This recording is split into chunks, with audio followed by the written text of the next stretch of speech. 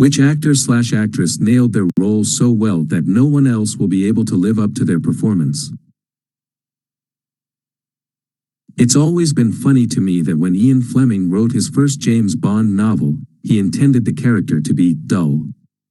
Fleming, when I wrote the first story, in 1953, I wanted Bond to be an extremely dull, uninteresting man to whom things happened. Kind of like a Forrest Gump figure minus the mental issues, just wandering around wide-eyed getting into strange situations and making the best of it. Then a movie was made. Sean Connery was cast. And he wasn't, by anyone's definition, dull. This Bond was suave, smooth, exciting. Fleming met with the young Scottish actor, and wasn't impressed. He's not what I envisioned of James Bond looks. I'm looking for Commander Bond and not an overgrown stunt man. Too tall, too handsome, too domineering of a person. And too Scottish. Connery, undeterred, met with Fleming. And managed to charm his way into the writer's heart. Fleming gave him a chance, and the studio their green light. The rest, as they say, is history.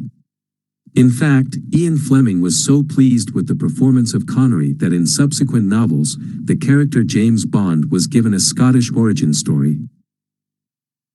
Sean Connery owned the character of James Bond so much that the actual writer of the novels on which the character was based altered that character to be more like him. That's quite a feat. I've enjoyed other characters take on Bond, some more than others. But Connery's vision of the King of Spies will always be my number one, and it was Fleming's number one, too. I could think of no higher praise. Jean-Marie Valliere. I'll be honest, I'm a little surprised that the person that I had in mind hasn't been brought up yet. One could chalk it up to the passage of time, but there are many legendary early cinematic performances in these answers. Be that as it may, here's my choice. Even at a young age, Keanu Reeves had a very striking look about him, fantastic for a film career starting in the 1980s, but his acting skills left something to be desired. He seemed a little stiff and awkward in front of the camera, not in possession of that ability to tap deeply into his emotions for a role. To that end, he often felt a little off pace in films, and subsequently found himself in roles that tried to use that to its advantage. It worked well enough in Bill and Ted's Excellent Adventure, 1989, where his lack of range could be obscured by his character as a dim, carefree, beach bum high schooler, along with a talented and seasoned young co-star in Alex Winter. It also worked out in My Own Private Idaho, 1993, and he even seemed to produce a bit of range in his character, but he was support for one of the greatest what-if stories ever in Hollywood, River Phoenix, who turned in an astounding performance. And given the events in the film, Reeves contrasted him quite well. He gained quite a bit of fame for his lead roles in Point Break, 1991, and Speed, 1994, but these, to me, were again a form of typecasting which leaned on a veteran cast to move the story along. His characters acted heroically, but they didn't really feel like heroes. They felt more like oafs who figured out just enough to outsmart their antagonists at the right times. He then went through a string of box office failures as a leading actor, where that lack of range seemed to get the better of his good looks. His role in The Devil's Advocate, 1997, felt like a significant step forward for him, giving him moments of sincere and intense emotional development, but when you're sharing the screen with a presence as imposing as that of Al Pacino, it's kind of sink or swim. But even with that, Reeves at times exhibited that oddness. He still hadn't found the right role to set his talents free, the one. Until, through a series of fortunate events, the Wachowskis found themselves in need of a lead actor for their futuristic upcoming film The Matrix, 1999, and although Reeves wasn't their first call, he was on their shortlist. Reeves received the script and was instantly captivated. He quickly met with the Wachowskis to see more of what they had planned and throw ideas off of one another. They quickly determined that this was a perfect match. Reeves oozed confidence on the screen. The depth of his connection with the character of Thomas Anderson/Neo was shocking. But perhaps not too shocking. Reeves' connection, I think, was due to the fact that his character was required to carry so little of the emotional weight of the film. Others have been individually foretold that they would fulfill the finding of the one. It is they who believed that those stars had finally aligned. It is they whose faith would truly be tested. For Reeves/Neo, his role is the discovery of the truth, and it largely plays to his awkward tendencies, but also introduces a sense of humility and duty.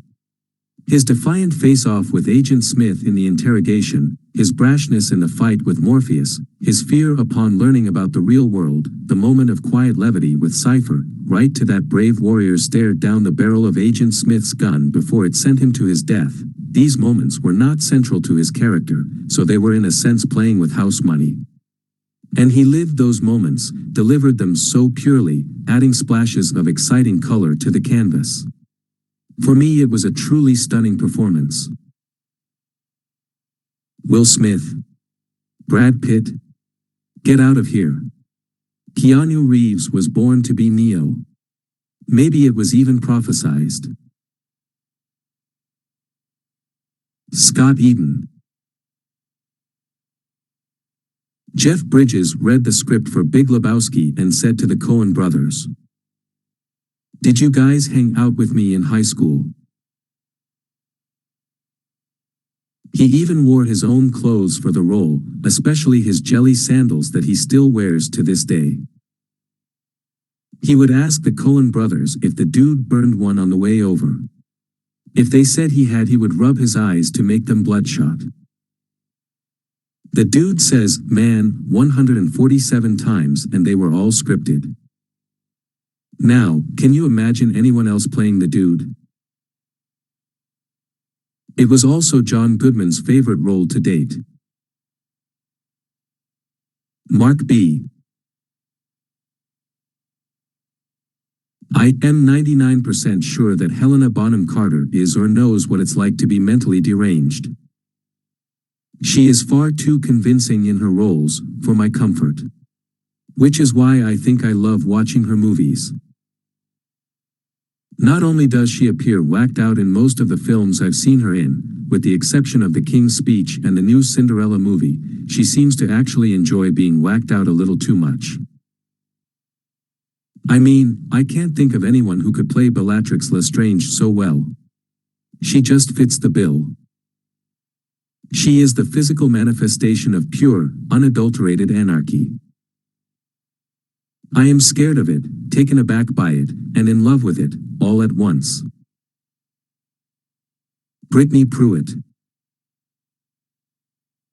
Mark Addy as Robert Baratheon. He is not a 6 feet 6 inches warrior. Even with the alcoholism and weight gain argument, Mark Addy is not, and never could have been, a fear-inspiring figure. Gemma Whelan as Asha Greyjoy, again, doesn't inspire fear or leadership. Not a believable warrior. Her character seems forced. Indira Varma, Keisha Castle-Hughes, Rosabelle Laurenti-Sellers, and Jessica Henwick as the Sand Snakes. Everyone has complained about the Dorne storyline, and more specifically, the horrendous acting by the Sand Snakes. Annoying actresses and characters. Mikhail Husman as the new Dario Naharis. Where is the charismatic, blue-bearded Sellsword who romances Daenerys? At least Ed Skrein made an interesting first impression. Mikhail Husman is forgettable. Kieran Hines as Mance Rayder. Book Mance was more enigmatic and interesting than the one portrayed by Kieran. Otherwise, casting has been pretty much spot on. Remember this guy?